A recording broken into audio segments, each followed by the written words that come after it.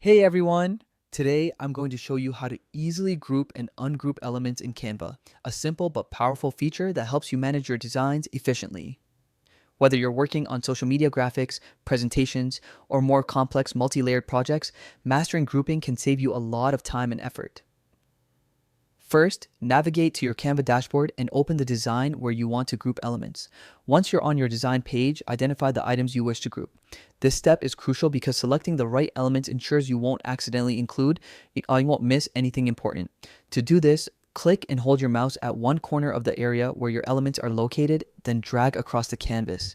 As you drag, a blue highlighted box will appear showing the selection area. Make sure all elements you want to group are fully enclosed in this box. After selecting your elements, you'll notice a toolbar appearing at the top of the screen. This toolbar is context sensitive, which means it changes based on your selection. Look for the Group button. Clicking it will instantly combine all selected elements into a single unit. Now, these elements can be moved, resized, or rotated as one component, making it much easier to manage complex designs. Grouping keeps your canvas organized and prevents misalignment when working with multiple layers. But what if you need to make adjustments to individual elements within a group? Canva makes ungrouping just as simple.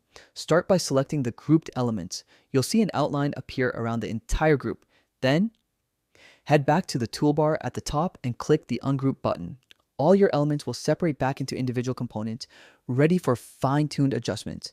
This is perfect for when you want to tweak colors, move items slightly, or edit a single element without affecting the others. One important tip: always double check your selection before grouping or ungrouping to avoid accidental changes. With a bit of practice, these steps will become second nature, giving you greater flexibility and control over your Canva projects. And there you have it. You now know how to group and ungroup elements in Canva, making your design workflow smoother, faster, and more organized. Give it a try in your next project and see how much easier managing multiple elements can be. Thanks for watching and happy designing.